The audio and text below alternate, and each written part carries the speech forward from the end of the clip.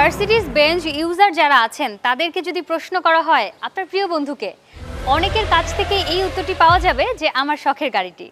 দর্শক, সেই শখের গাড়িটি কিভাবে ভালো রাখবেন, মেইনটেনেন্স বা কি, চলুন জেনে আসি আজকের টিপস অ্যান্ড ট্রিক্সে।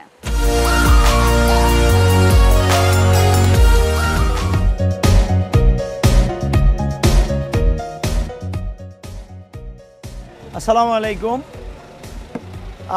আমি আজকে কথা বলবো মার্সিডিজ গাড়ির মেইনটেনেন্স নিয়ে।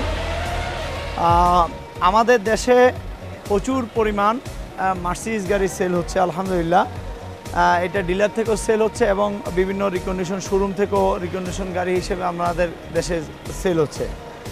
এই মার্সিডিজ গাড়িগুলো এটা খুবই সফিস্টিকেটেড এবং হাইটেক একটা ভেহিকেল, এবং এটা ডায়াগনোসিসের জন্য যেই ডায়াগনোসিস কম্পিউটার প্রয়োজন, যে নেটওয়ার্কিং সাপোর্ট প্রয়োজন, যে ডিলার লেভেল সাপোর্ট প্রয়োজন, এই সাপোর্টটা খুব বেশি যে অ্যাভেলেবেল আছে তা না, শুধু ডিলারে অ্যাভেলেবেল আছে এবং আলহামদুলিল্লাহ মাল্টি ব্র্যান্ড আমরা অলমোস্ট 90 to 95% আমরা এই সাপোর্ট দিতে পারি।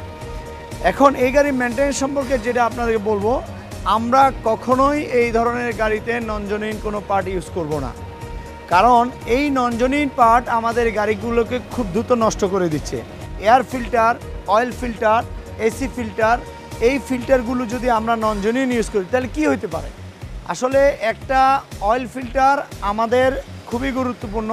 কিছুদিন আগে আমরা আমাদের ওয়ার্কশপে একটা গাড়ি নিয়ে আসলো, বললো যে এই গাড়িটা মেনটেন্যান্স করছে কিছুদিন আগে, বাট ইঞ্জিন থেকে নয়েজ হচ্ছে এবং অয়েলের বাতি জ্বলে।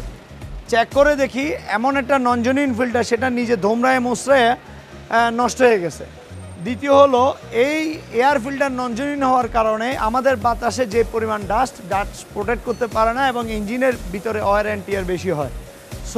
এবং ব্রেক যদি আমরা নন জেনুইন ব্রেক প্যাড ইউজ করি, যে প্রবলেমটা আমাদের হচ্ছে সেটা হলো যে ব্রেক প্যাড নয়েজ করে এবং ব্রেক প্যাড থেকে প্রচুর পরিমাণ অ্যাবনর্মাল ভাইব্রেশন ক্রিয়েট হচ্ছে, ব্রেক পারফরমেন্স আমরা কম পাচ্ছি। তো মার্সিডিজের ক্ষেত্রে একটু কেয়ার হবেন যেন সফটওয়্যার আমরা আপডেট সবসময় ঠিক রাখি মেনটেন্যান্সের ক্ষেত্রে। এবং খুবই গুরুত্বপূর্ণ, যদি সফটওয়্যার আপনি আপডেট ঠিক না রাখেন, আপনার ভেরি কিছু কমন প্রবলেম দেখা দিবে। হেডলাইট ব্লিঙ্কিং করা, এয়ার কন্ডিশনিং সামটাইম কাজ করে, সামটাইম কাজ করে না, মাল্টি ফাংশন ইনফরমেশন ডিসপ্লে, যেটাকে ইনফোটেইনমেন্ট সিস্টেম বলি, এটাতে কিছু ব্লিঙ্কিং আসে, অন অফ হয়, এই ধরনের, এবং ট্রান্সমিশনে অনেক সময় শিপ শক আসতে পারে, এই টাইপের নানাবিধ প্রবলেম ক্রিয়েট হয়। তো আপনারা আপনাদের গাড়ি যখনই মেনটেন্যান্স করাবেন অবশ্যই সফটওয়্যার চেক করে নেবেন যে সফটওয়্যারটা আপডেট আছে কিনা। যদি সফটওয়্যার আপডেট না থাকে সফটওয়্যারটা আপডেট করে নেবেন, আদারওয়াইজ আপনার এই গাড়িটা প্রয়োজনের থেকে অতিরিক্ত মেনটেন্যান্স চলে আসতে পারে, কারণ আমরা তো সফটওয়্যারের সাথে কানেক্টেড না।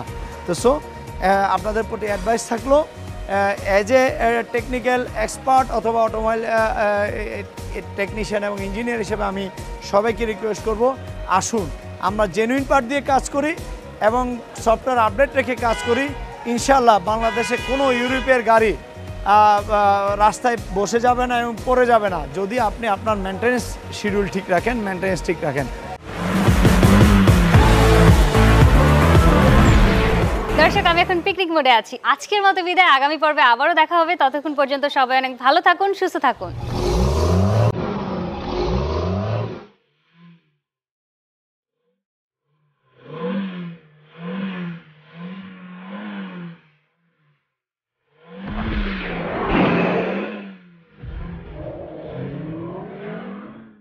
Presented by B&O Lubricants.